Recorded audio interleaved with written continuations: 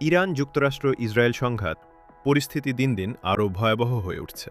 Missile হামলা, drone আক্রমণ, বিমান থেকে বোমা বর্ষণ, আর এই সব কিছুর মাঝখানে সবচেয়ে বেশি ক্ষতিগ্রস্ত হচ্ছে সাধারণ মানুষ। সবচেয়ে বড় প্রশ্ন এখন, মানবিক পরিস্থিতি ঠিক কতটা ভয়াবহ রূপ নিয়েছে। ২৮ ফেব্রুয়ারি শুরু হওয়া এই সংঘাতে ইরানের বিভিন্ন সামরিক স্থাপনায় হামলা চালানো হয়েছে। ক্ষেপণাস্ত্র উৎক্ষেপণ কেন্দ্র লক্ষ্য করে আঘাত হানা হয়েছে। টার্গেট করা হয়েছে একটি একটি পারমাণবিক গবেষণা স্থাপনাও।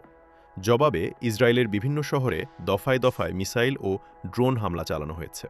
সাইরেনের তীব্র শব্দ, বিস্ফোরণের কম্পন, আতঙ্কে মানুষ ছুটছে আশ্রয়কেন্দ্রে। স্থানীয় সূত্র বলছে, হতাহতের সংখ্যা ইতোমধ্যে হাজার ছাড়িয়েছে।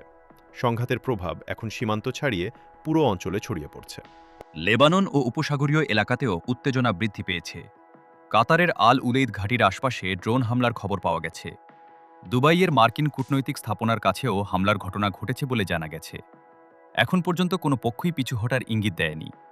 বিশ্লেষকদের মতে, এই সংঘাত দীর্ঘমেয়াদে বড় ধরনের মানবিক সংকট তৈরি করতে পারে। বাস্তুচ্যুতি বাড়তে পারে, চিকিৎসা সেবা ব্যাহত হতে পারে, খাদ্য সরবরাহে দেখা দিতে পারে সংকট। যুদ্ধক্ষেত্রে শক্তির প্রদর্শন চললেও আন্তর্জাতিক মানবিক আইন ও মানবাধিকার রক্ষা এখন সবচেয়ে বড় চ্যালেঞ্জ। বাংলাদেশ প্রসঙ্গে বলা হয়েছে, ওআইসি ও জোট নিরপেক্ষ আন্দোলনের সদস্য হিসেবে বাংলাদেশের অবস্থানের দিকে তাকিয়ে আছে তেহরান। এদিকে ইরানে অবস্থানরত বাংলাদেশি নাগরিকদের নিরাপত্তা নিশ্চিতে দূতাবাসের সঙ্গে নিয়মিত যোগাযোগ চলছে। প্রশ্ন এখন একটাই, এই যুদ্ধ কোথায় গিয়ে থামবে? মানবিক বিপর্যয় কি আরও বাড়বে?